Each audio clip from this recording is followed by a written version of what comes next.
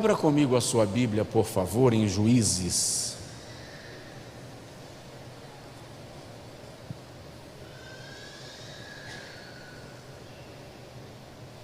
Capítulo de número 6.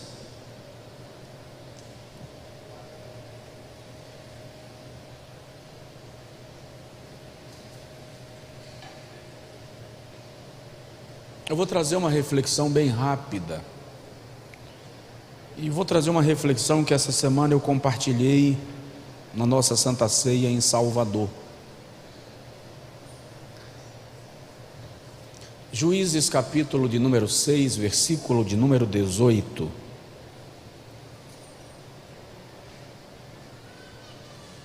Eu serei bem sucinto,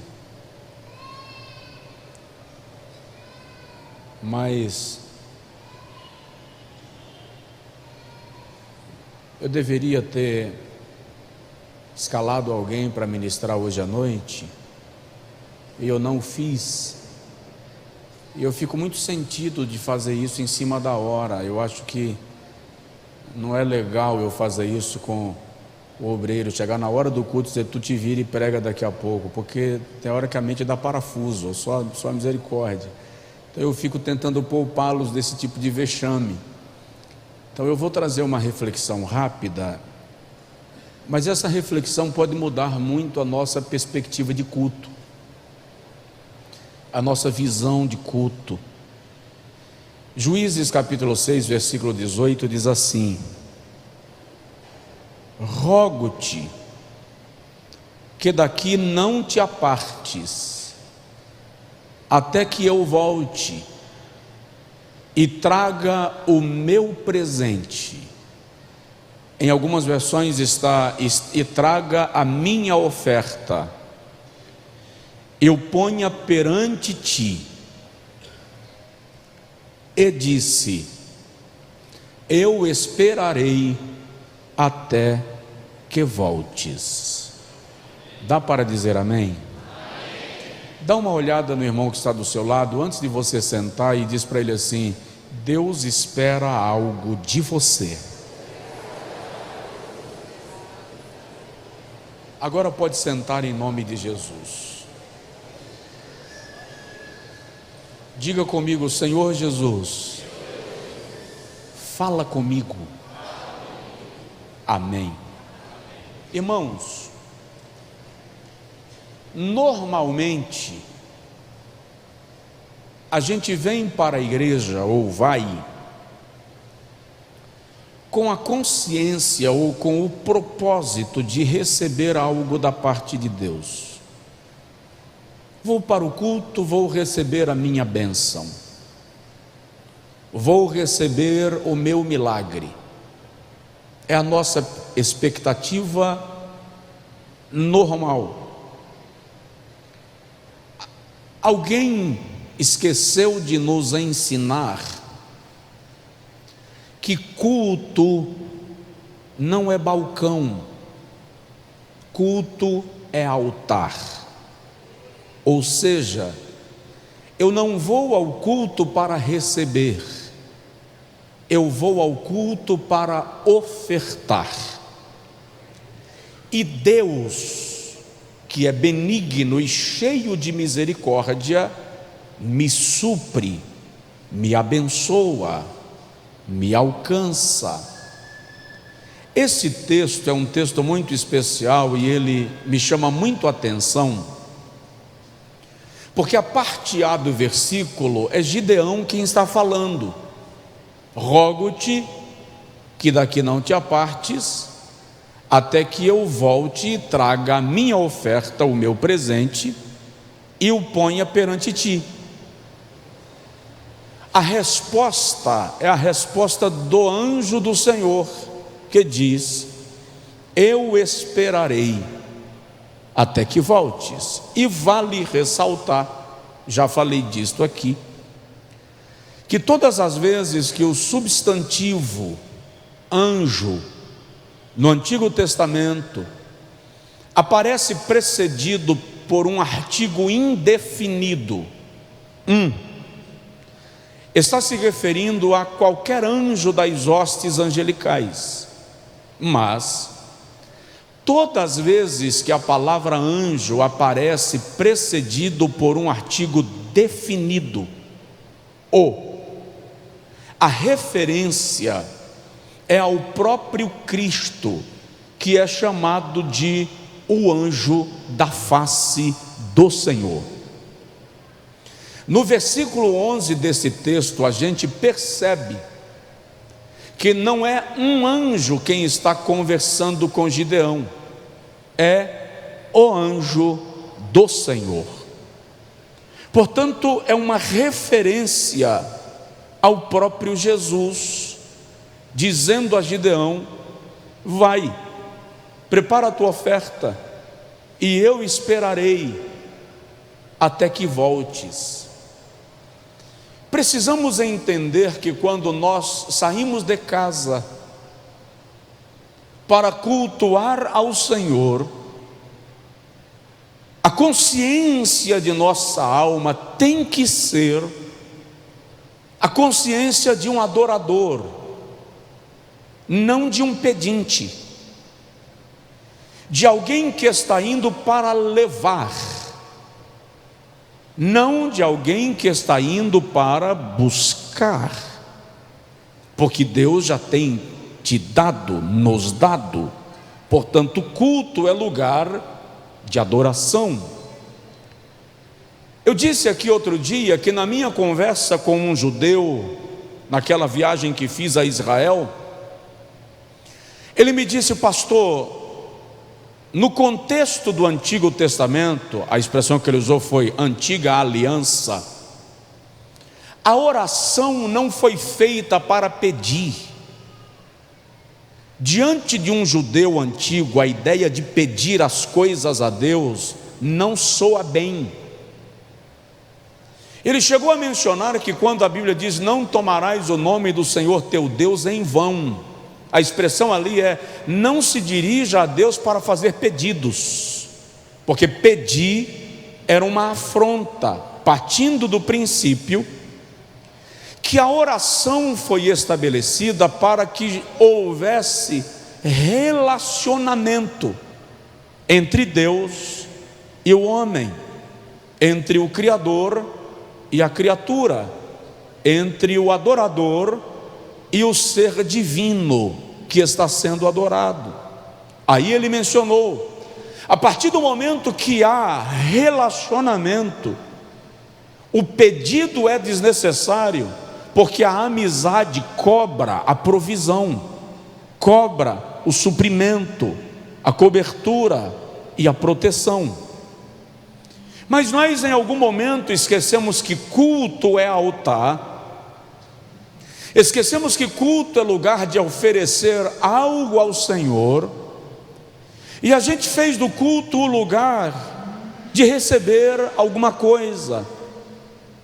Diga-se que recebemos, Deus nos dá, Ele nos abençoa, porque Ele é cheio de misericórdia, de benignidade e de amor para conosco.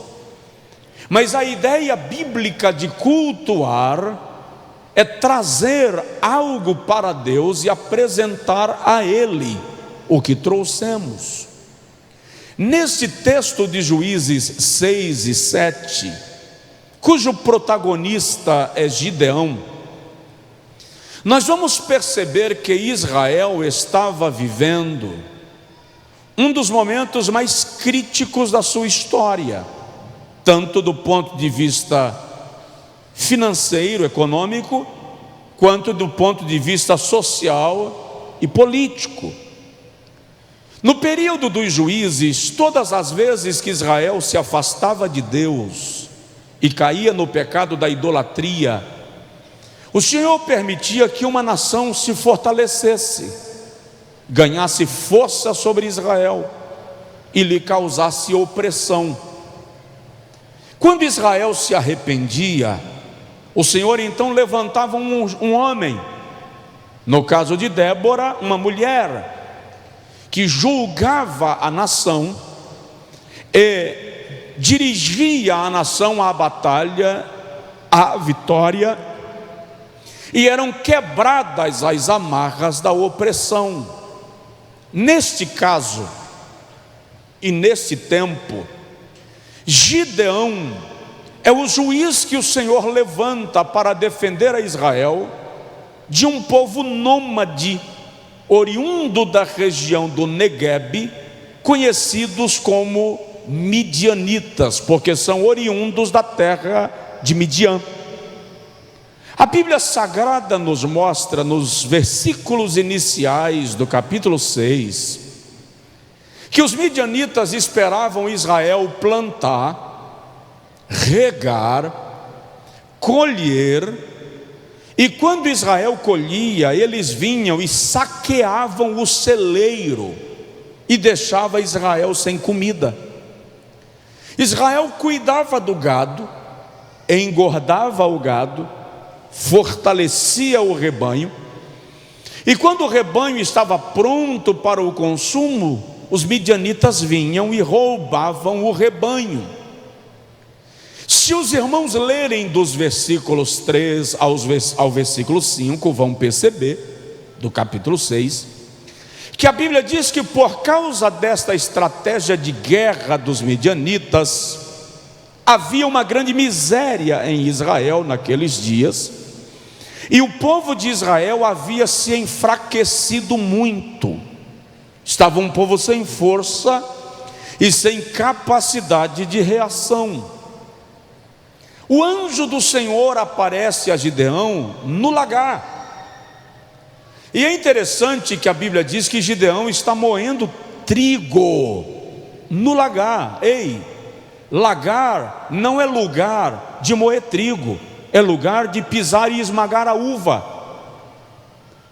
A razão é que Gideão estava precisando criar estratégia de fuga para que os midianitas não saqueassem o seu celeiro. O texto vai mostrar que nesse tempo Israel desenvolveu o hábito de abrir covas na terra e enterrar a sua colheita na terra para não ficarem sem mantimentos. É neste momento que o anjo aparece a Gideão e diz assim: não já te enviei eu? Vai nesta tua força e livra a Israel da casa da servidão. É interessante, porque quando o Senhor diz, não já te enviei, Ele está dando a entender que esta não é a primeira vez que Gideão recebe uma ordem. Gideão estava procrastinando o seu ato de obediência em função de uma tradição, segundo a qual o filho mais novo não poderia tomar nenhuma atitude senão sob comando do mais velho. E Gideão argumenta isso com o anjo: eu sou o menor da casa do meu pai. Eu já ouvi alguém dizendo que Gideão ali está mostrando a sua humildade. Não, ele está declarando: eu sou o caçula, eu sou o mais novo, eu não posso fazer nada se o meu irmão mais velho não me comandar. Então, em nome de uma tradição, Gideão estava deixando de obedecer uma ordem de Deus. E o Senhor insiste nesta ordem com Gideão, e ele, para ter certeza, é muito interessante, porque uma leitura do texto vai te fazer perceber que a razão pela qual Gideão queria ter certeza não era medo de perder a guerra, era medo de quebrar a tradição, era medo de romper com o costume da família. Então ele diz: eu só vou se o Senhor me der 2 sinais. No primeiro sinal, eu vou colocar um velo de lã sobre o teto, e eu quero que amanhã toda a terra amanheça molhada. Vai chover à noite e toda a terra vai amanhecer encharcada, mas eu quero que o velo de lã esteja seco. E a Bíblia diz que Gideão colocou o velo lá em cima, e durante a noite a chuva cai torrencial, E ao amanhecer o dia, Gideão corre lá e pega o velo, e o velo está seco. Gideão então diz: Senhor, deixa eu fazer a segunda prova. Eu quero o inverso. Essa chuva que caiu a noite passada, agora vai cair só em que o velo seja encharcado, mas toda a terra estará seca. E assim foi feito. Note que a conversa do Senhor com Gideão para convencê-lo a ir à batalha não foi uma conversa rápida. Só aí demandam 2 noites de discussão. E aí eu fico cada vez mais apaixonado pela natureza de Deus, porque Deus é longânimo, paciente, tolerante. Era para ele olhar para você e dizer assim: rapaz, eu estou falando com você, eu já te mandei, eu sou Deus, larga de ser besta, que eu não vou lhe dar prova nenhuma de nada, faça se você quiser. Mas não, ele aceita os testes de Gideão pacientemente e atende. Provoca aí o seu vizinho e diz para ele: Deus é muito longânimo com você. Mas não fala longânimo, fala assim: longânimo. Porque longânimo é a qualidade daquele que é longo, daquele que não tem pressa. E Gideão, ao entender isto, vai à peleja. E a Bíblia revela que Gideão vence os midianitas. Mas no meio desse processo e dessa conversa com o anjo, ele diz assim: agora me aguarda aqui, eu vou preparar para ti uma oferta, um presente, e eu te peço, não te apresses em sair, não te apresses em ir, até que eu volte e te traga a minha oferta, o meu presente, e o coloque diante de ti. E o anjo olha para Gideão e diz: vá, eu espero até que você volte. Deus está esperando de nós alguma coisa. E é aqui que eu não vou tomar tempo, mas eu quero citar pelo menos 7 coisas que Deus está esperando de você hoje, agora. E todas elas estão nesse texto. Primeiro, Deus está esperando de nós gratidão. Vou repetir: Deus está esperando de nós gratidão. Juízes capítulo de número 6, versículo de número 8 e versículo 9, ele diz assim: enviou o Senhor um profeta aos filhos de Israel, que lhes disse: assim diz o Senhor Deus de Israel, do Egito eu vos fiz subir, e vos tirei da casa da servidão, e vos livrei da mão dos egípcios, e da mão de todos quantos vos oprimiam, e os expulsei de diante de vós, e a vós dei a sua terra. O Senhor faz um reprise, ele gera um replay, ele refresca a memória de Israel, dizendo: olha o quanto eu fiz por vocês, e nem assim vocês me reconhecem. Quanto Deus já fez por mim e por você? E onde está a nossa palavra de gratidão? O nosso culto de gratidão, os nossos atos de agradecimento. Reclamamos mais do que louvamos, pedimos mais do que adoramos. Deus espera de mim e de você gratidão. A maioria de nós, quando ajoelha, já ajoelha pedindo. É assim: Senhor, eu estou aqui na tua presença para te pedir. A nossa oração já é mecânica. A gente já vem com um catálogo de pedidos para Deus. Já está na hora de a igreja desenvolver a cultura da gratidão. Daí o salmista dizendo no Salmo 100: entrai pelas portas do Senhor com louvor, e em seus átrios com ações de graças, louvai e bendizei o seu nome santo. Provoca seu vizinho e diz para ele: agradeça. Vou fazer um desafio.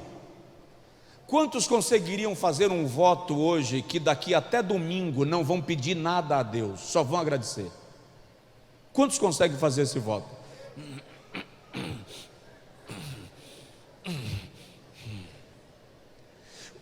Você está fazendo o voto comigo? Diga amém.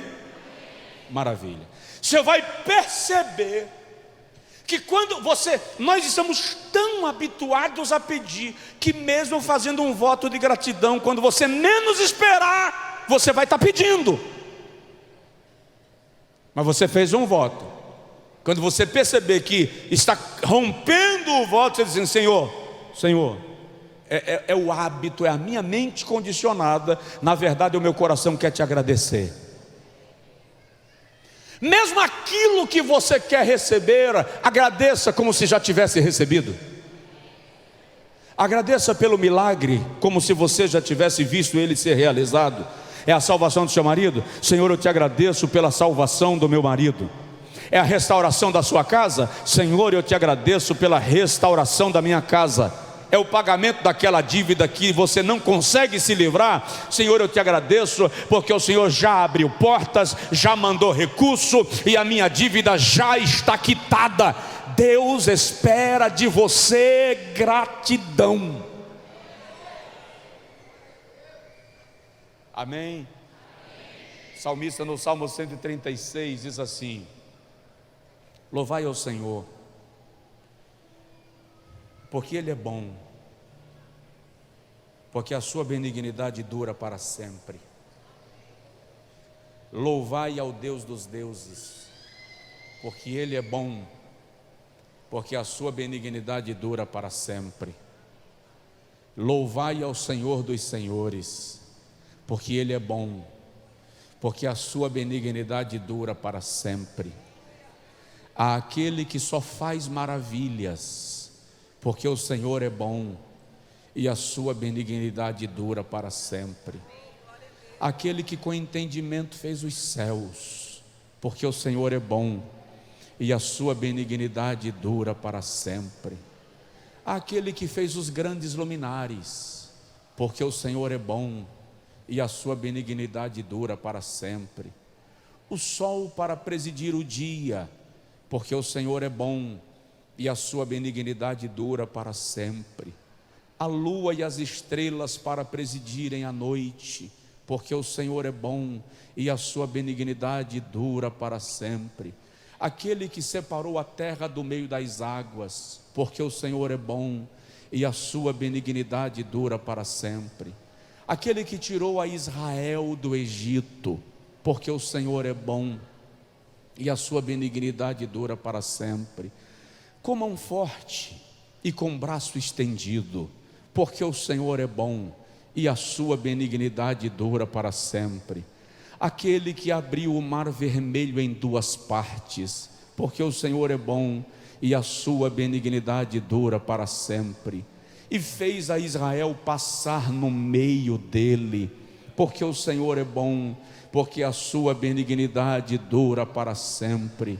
Mas matou a Faraó e ao seu exército no meio do mar, porque o Senhor é bom e a sua benignidade dura para sempre.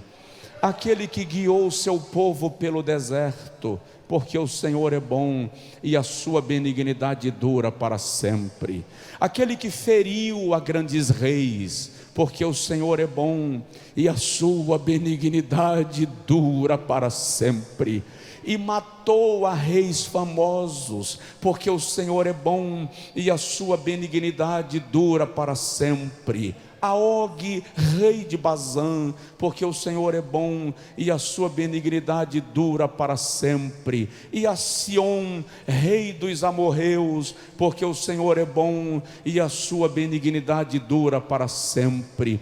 E deu a sua terra em herança, porque o Senhor é bom e a sua benignidade dura para sempre. Sim, em herança a Israel, seu servo, porque o Senhor é bom e a sua benignidade dura para sempre. Aquele que se lembrou de nós em nossa pequenez, porque o Senhor é bom e a sua benignidade dura para sempre, e nos livrou das mãos dos nossos inimigos, porque o Senhor é bom e a sua benignidade dura para sempre. Davi foi percebendo que não dava para elencar tudo que Deus faz, e ele resolveu encerrar o salmo, e ele conclui assim: aquele que mantém vivo, aquele que dá alimento, aquele que dá nutrição, aquele que sustenta toda a alma vivente, porque o Senhor é bom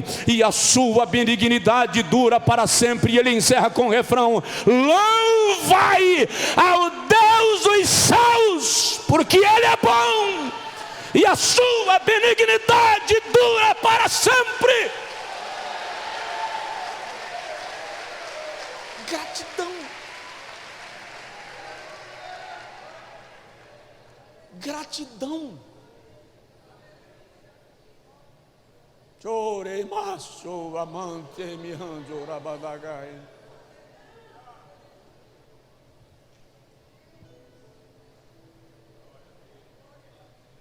Vamos lá, eu falei que ia ser rápido, não foi? Segunda coisa que Deus espera de você: obediência. Juízes 6:10. E vos disse: eu sou o Senhor vosso Deus. Não temais aos deuses dos amorreus, em cuja terra habitais, mas não desses ouvidos à minha voz. Deus está esperando de nós obediência.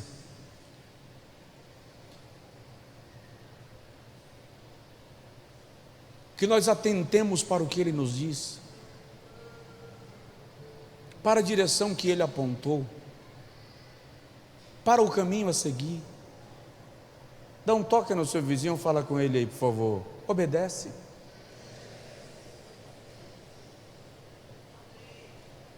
Nós estamos dispostos a tantos preços e procrastinamos a obediência.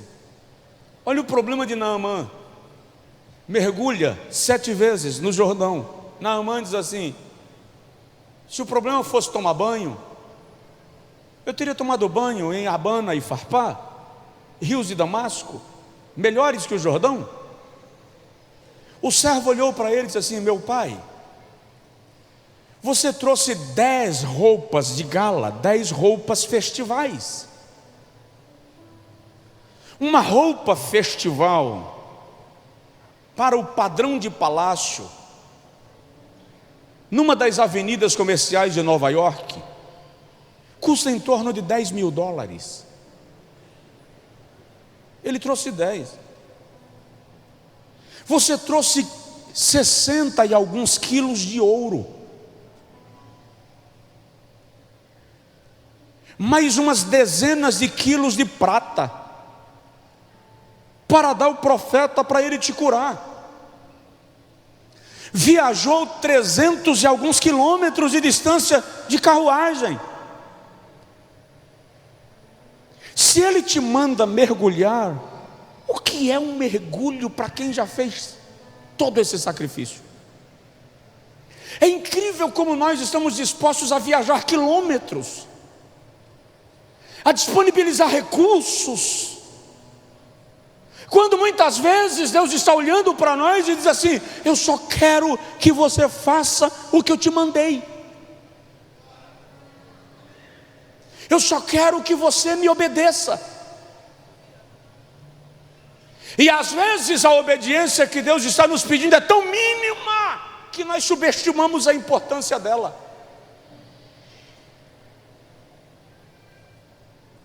Então obedece. Terceiro, Deus está esperando de nós arrependimento. Juízes 6, 25 a 28. Gideão derruba o altar de idolatria que seu pai havia construído, constrói um altar para Deus, pega o bezerro cevado do próprio pai e oferece no altar. E a árvore sagrada que estava do lado do altar do pai, ele corta e transforma em lenha para queimar no altar de adoração a Deus. Isso é um ato de arrependimento. Muitas vezes Deus está olhando para nós e está dizendo assim: ei, o diabo só está tendo oportunidade para fazer esse escarcéu na sua vida, porque você está com uma situação não resolvida, um pecado não confessado. Aí o Senhor está dizendo assim: entra no teu quarto, conversa comigo, resolve essa situação, fecha essa lacuna, anula essa legalidade, deixa eu entrar em você, com você, através de você. Mas eu só posso debaixo do princípio de justiça, e a minha justiça exige que haja reparo, e só pode haver reparo se houver arrependimento. Deus não pode quebrar o próprio princípio de justiça que Ele mesmo estabeleceu, senão isso abre uma oportunidade para o diabo argumentar. Não esqueça que ele é um acusador. Então Deus está dizendo assim: resolve isso, que eu fecho a situação, tiro toda a chance de contra-argumentação das trevas e resolvo a situação da sua vida. Irmão, o pecado em nós é como um pedaço de pau impedindo a porta fechar. É como uma escora colada na porta pelo lado de dentro, impedindo ela abrir. Tem coisas que só estão sem resolver na nossa vida, porque nós ainda não resolvemos uma situação diante de Deus. Então Ele está esperando de nós arrependimento. Alguém está me entendendo? Diga amém. Quarto lugar, Deus espera de nós confiança. Dá um toque no seu vizinho e diz para ele: você pode confiar em Deus. Não, fala com vontade, diz para ele: você pode confiar em Deus. Deus nunca vai falhar com você. Deus nunca vai falhar com você. Todas as vezes, isso aqui vai para alguém com certeza. Todas as vezes que Deus te der uma direção, mesmo que Ele não te dê nenhum sinal no caminho, pode continuar confiando na primeira ordem, porque até a chegada Ele vai manifestar a sua intervenção, porque Deus não falha. O caráter de Deus não precisa que Ele fique repetindo a mesma coisa todo dia.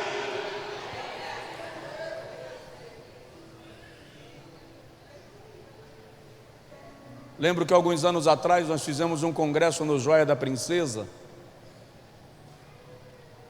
Eu era líder de jovens e adolescentes da ADEFES.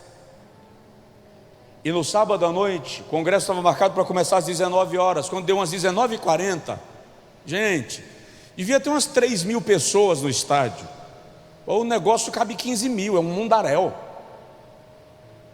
Quando você olha para um negoção que cabe 15.000 pessoas e tem 3, você dá uma paranoia. Eu chamei o vice-líder e falei assim: rapaz, eu acho que tomamos uma decisão errada. Amanhã a gente vai fazer na igreja. Fomos fora. Ele fez assim: pastor, calma, ainda dá tempo. E eu tinha usado uma expressão numa reunião que ele repetiu para mim. Eu disse assim: tem vitória que Deus só dá na linha de chegada. Aí ele falou comigo: o senhor não disse que tem vitória que Deus só dá na linha de chegada? Nem deu 8 ainda. Irmão, quando deu 8h20, chegou um recado lá no palanque. Corpo de bombeiros mandou fechar o portão do estádio, porque não dá para entrar mais ninguém. Encheu. encheu de uma forma tão linda e extraordinária, e foi um impacto espiritual poderosíssimo que nós vivemos. Eu e você precisamos entender que confiança em Deus não é a capacidade de esperar nele quando tudo está dentro daquilo que você planejou. Confiança em Deus é permanecer firme na meta, mesmo quando tudo sinaliza o contrário. Mas Ele deu uma palavra, e Ele diz assim: eu velo sobre a minha palavra, não para a cumprir.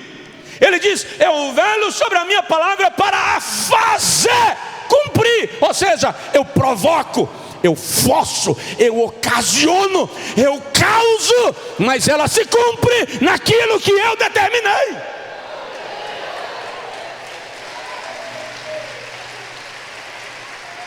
Confia. Confia. Mas confia com força. Normalmente quando eu falo de confiança, eu faço uma ilustração que de vez em quando alguém deixa a minha Bíblia cair, então eu não vou fazer não. Mas normalmente a gente confia em Deus mais ou menos assim: está aqui, Senhor. Aí eu entrego a Deus e seguro na ponta. De vez em quando eu puxo para eu ter certeza que Deus está atento mesmo. A gente confia em Deus mais ou menos como alguns maridos confiam o carro à esposa, dá o carro e o celular para a cada 10 minutos ligar e perguntar: não bateu não, né? Isso não é confiança. Pedro diz assim: lançando. Lançar é jogar sobre ele toda a vossa ansiedade. E olha que coisa linda, porque ele tem cuidado de vós. Diz aí para o seu vizinho: ele tem cuidado de nós.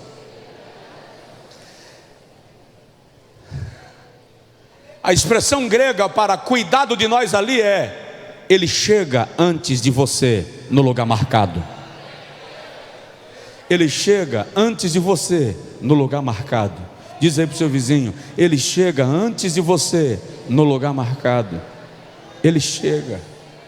Só quem pode dar glória a Deus, dê glória a Deus.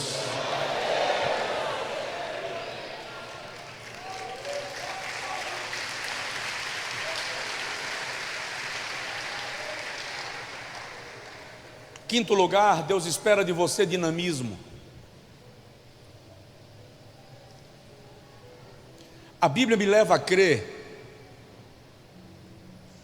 Olha para os meus olhos, que o que eu vou dizer é forte.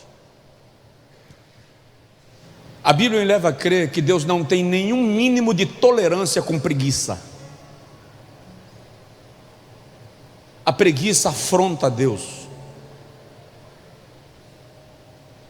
Juízes capítulo 8, versículo 10, versículo 4. O texto diz que Israel venceu a guerra sob comando de Gideão, e os midianitas fugiram. Juízes 8, 4.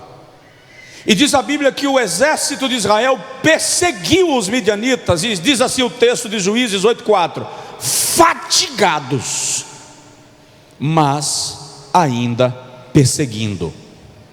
Olha o texto: fatigados, mas ainda perseguindo. Estou cansado, estou arrebentado, não aguento mais, mas ainda não cheguei no final da carreira, ainda não cheguei na linha final, eu vou mais um pouquinho. É você parar de se acomodar só porque conseguiu a primeira vitória. Davi não foi comemorar quando Golias caiu, ele retirou a espada de Golias e foi lá terminar o serviço. Tem gente que vence a primeira etapa e em vez de permanecer na posição, vai comemorar antes da hora.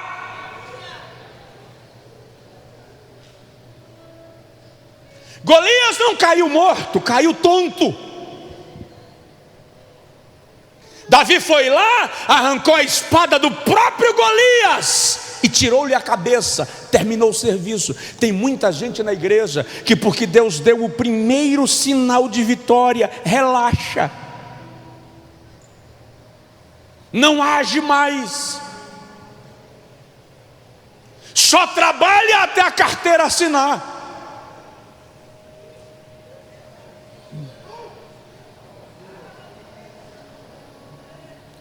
só paga o funcionário até o primeiro mês, quando receber o primeiro lucro, depois relaxa. Não é por aí. Dinamismo é continuar no alvo, é seguir o foco, é perseguir o objetivo, é saber onde você pretende chegar.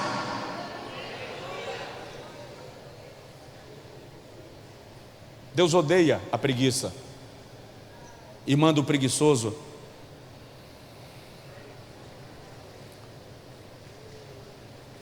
tomar vergonha. Então, dinamismo é o que Deus espera de você. Por que você começa e não termina? Tem gente aqui que já fez 4 faculdades e não terminou nenhuma. Não estou sabendo da vida de ninguém, isso aqui é revelação. Não fica em um emprego. A cada 6 meses muda de casa.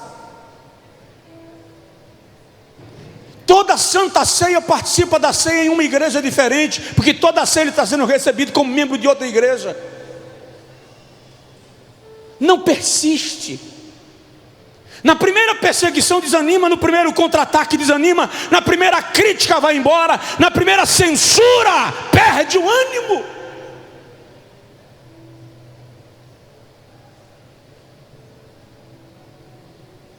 Você não vai conseguir assim. Mantenha o foco. Siga em frente. Permaneça no lugar que Deus lhe plantou. Vou repetir porque quase ninguém ouviu. Permaneça no lugar que Deus lhe plantou. Permaneça no lugar que Deus lhe plantou. Mas pastor, ninguém está me vendo. Quem lhe plantou está. Ninguém valoriza meu ministério. Quem lhe chamou valoriza. Fica na tua. Espera a hora. Espera a hora.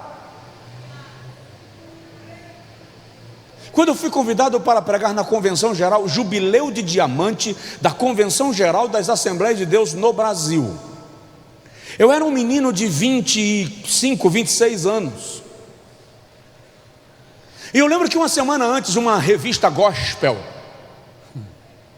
me ligou para eu fazer uma propaganda do meu ministério, porque os grandes pregadores do Brasil faziam nela, até para ir pregar num grande evento que ainda hoje existe no Brasil, e que todos faziam questão assim, demasia de ir para lá. Então, se você fizer uma propaganda na minha revista, eu te coloco lá.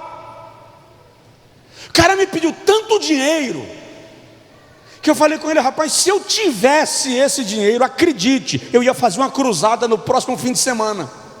Respondi bem assim. Ele falou assim: é por isso que você vai desaparecer, seu ministério vai se acabar. Fulano, fulano e fulano estarão nos próximos 10 anos entre os maiores pregadores do Brasil, e ninguém vai ouvir falar em você. Quando ele desligou o telefone, eu fiquei deprimido, eu fiquei para baixo, arrebentado. O cara me devolveu para o Angico, lá para depois da roça do meu avô. Fiquei mal, fiquei péssimo. 2 dias depois alguém me liga e disse assim: pastor Josué, é da Casa Publicadora das Assembleias de Deus, a CPAD. Eu recebi a ligação da CPAD? Ah, fala sério. 95, 96 eu acho. Aí ele fez assim: nós só estamos esperando a sua foto. Disse: minha foto para quê, irmão? Para colocar no cartaz do Jubileu de Diamante, que o senhor é um dos pregadores da Convenção Geral. Está de brincadeira? Não, é sério. Olha para cá. Eu mandei a foto e não disse para ninguém, porque eu disse: isso é um trote. Isso é mentira. Vou dizer para ninguém que eu vou pagar em mico. Quando veio o primeiro mensageiro da paz do mês seguinte, veio a lista dos pregadores e o meu nome não estava. Está vendo que foi trote? Ainda bem que eu não falei com ninguém. Ai, ai. Quando a lição da escola bíblica dominical do trimestre seguinte chegou, a minha foto veio na capa. Aí meu pai chegou e disse: você não me disse nada? Eu disse: eu não acreditei. Aí os amigos chegaram: mas você não falou nada. O senhor não tinha certeza? Sei lá, eu vou falar, esperei para ver. Ou seja, eu confiei, esperei, fiquei no meu lugar, permaneci no foco, guardei o propósito, calei a boca para não falar antes da hora, porque saber guardar silêncio te preserva de tanta coisa. E o Senhor soube criar uma oportunidade no seu tempo para cumprir o seu propósito. Mantenha o foco. Vamos terminar? Vamos, que eu falei que ia pregar devagar, acabei pregando uma mensagem. Deus tenha compaixão. Penúltimo lugar. É verdade. Penúltimo lugar, Deus espera de você uma oferta de sacrifício. No capítulo de número 6, versículo 18 a 21, Gideão diz assim: rogo-te que daqui não te apartes, até que eu volte e te traga a minha oferta. E a Bíblia diz que ele trouxe um cordeiro, e trouxe uma medida de efa de farinha, e bolo, e caldo. Tanto que o anjo diz: coloca o cordeiro sobre a rocha. E ele colocou. E o anjo disse: agora coloca a efa de farinha do lado. Ele colocou. E o anjo disse: derrama o caldo sobre o cordeiro. E ele derramou. E o anjo tocou com a espada, e a fumaça subiu à presença de Deus. Agora preste atenção. Os rebanhos estavam sendo saqueados, mas Gideão trouxe um cordeiro. O campo de trigo estava sendo tomado e roubado, mas Gideão trouxe uma medida de farinha para oferecer ao Senhor no altar. É incrível como diante de qualquer dificuldade, a primeira coisa que a gente compromete é a disposição de ofertar na casa de Deus. A gente não suspende a academia, mas suspende o culto. A gente não suspende a pizza do sábado, o cinema, a pipoca ou o churrasco do domingo, mas suspende a oferta. A gente não deixa de comprar o tênis, a sandália, mas segura o dízimo. Afinal de contas, estamos em crise. Gideão estava em crise. Os rebanhos estavam sendo roubados, mas para Deus ele tinha um cordeiro. Gideão estava em crise. O trigo, o celeiro estava sendo roubado, mas para Deus ele tinha uma oferta de efa de farinha. Por quê? Consciência de adorador. Adorador não deixa de agradar a Deus para agradar o seu prazer. O adorador abre mão da sua realização pessoal para servir ao Senhor, que lhe supre de todas as bênçãos. Um irmão me disse, eu perguntei para um irmão outro dia: nunca mais te vi na igreja. Ah, pastor, essa crise aí, às vezes a gente não tem dinheiro nem para abastecer o carro. Mas ele é todo troncudinho, divididinho, né? Barriga de máquina de lavar, todo. E academia? Estou indo, né, pastor? Quantas vezes por semana? 5. Para o culto não aguenta ir uma vez, para a academia aguenta ir 5. Quando a porta fechar, vai lá pedir oração para Deus abrir a porta. Por que isso? Porque Deus não é a nossa exclusividade em muitos casos. Porque nós não temos a disposição de servir a Deus apesar da dificuldade. Porque ainda nós não nos conscientizamos daquilo que o pastor Josué disse aqui: o céu não está em crise, Deus está no controle. Olha aí para o teu vizinho e diz para ele: o céu não está em crise. Repete: o céu não está em crise. Presta atenção, a não ser que você seja da terra. Se você é da terra, você é guiado pela terra. Mas se você é do céu, você é regido pelas leis do céu. uma bênção sobre você, há um milagre para a sua vida. Deus espera de mim e de você uma oferta de sacrifício. E eu concluo: Deus espera de nós um altar de adoração. Quem é torcedor do Bahia, levanta a mão. Pode levantar, Deus te ampare. Quem é torcedor do Vitória, levanta a mão. Deus lhe ajude.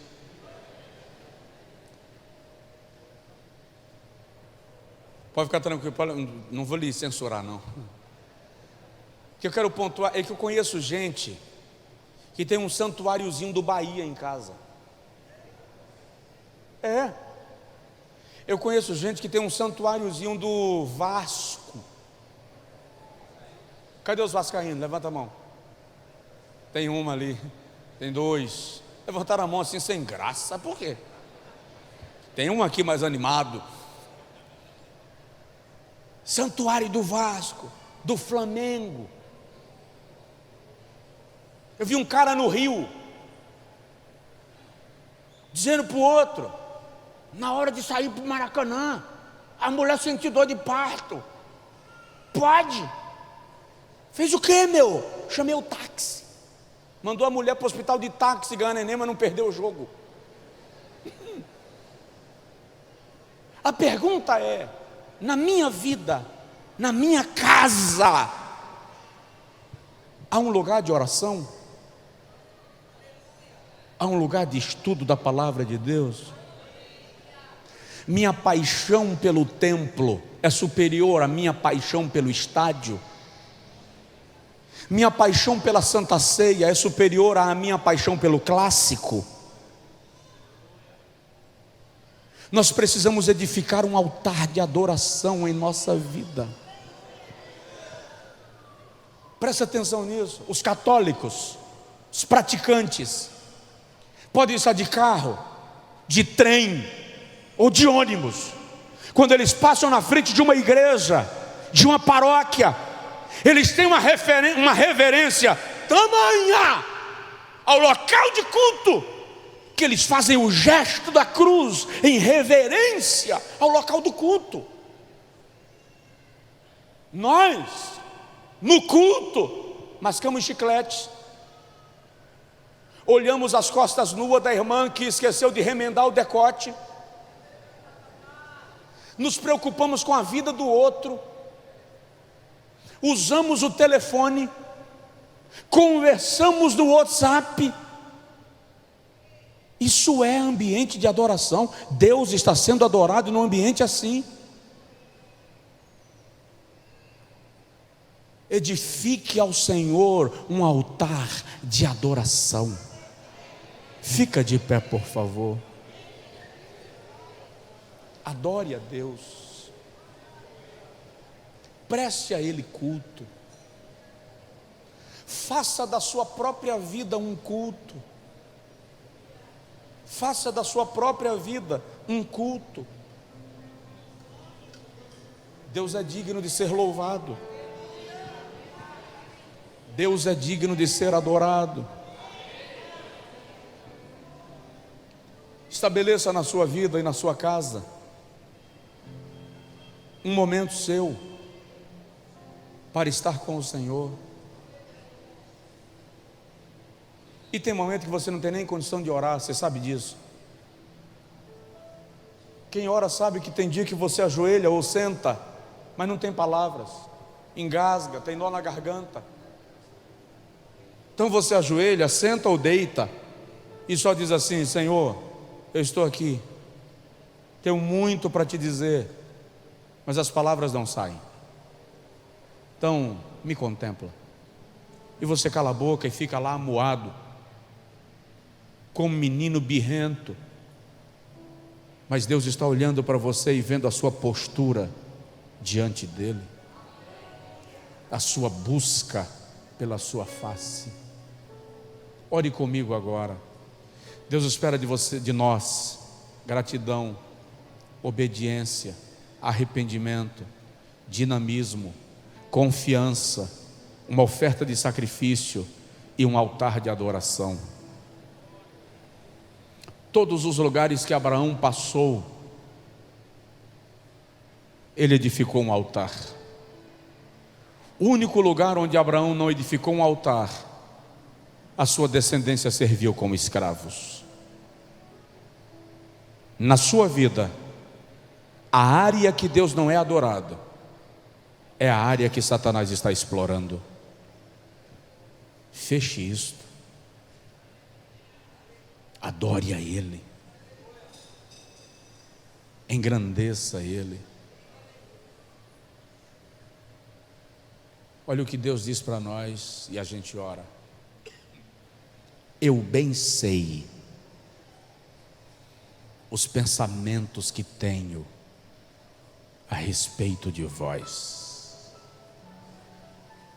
Pensamentos de bem e não de mal, para vos dar o fim que desejais. O que Deus está dizendo ali é: eu penso em vocês. Já parou para analisar o peso disso? O Criador dizendo: eu penso em você. E o que eu penso sobre você é bem, não é mal. E eu vou te levar ao fim que você deseja, ao resultado que você sonha. Eu vou te fazer chegar onde você pretenda. Talvez não pelo caminho que você pretende, não do jeito que você desenhou, mas quando você menos esperar, você estará chegando onde pretendia. Então, apenas se rende a mim, descansa em mim, mergulha em mim, se relaciona comigo, e eu te levo onde você precisa chegar. Ore comigo. Pai, em nome de Jesus, aplica a tua palavra em nosso coração, gera em nós, pelo Espírito Santo, uma disposição extraordinária de seguir a tua palavra. Quebra todo laço, toda algema, toda prisão, tudo que oprime. Lança por terra todo medo, pavor, e gera gratidão, obediência, arrependimento, confiança, dinamismo, desprendimento, adoração. Leva-nos, Senhor, a um nível de relacionamento contigo, que nós nos surpreenderemos com as alturas que o Senhor nos fará chegar. Em nome de Jesus, aplica a tua palavra no coração do teu povo, para a tua glória, para o teu louvor. Se não for pedir muito, estenda a sua mão em direção à pessoa do seu lado e ora por ele, ora por ela. Se não for uma pessoa do seu relacionamento e afinidade, não precisa tocar, apenas estenda a mão e ministre. Há um Deus que nunca falha, há um Deus que nunca erra, há um Deus que nunca tropeça. Aleluia.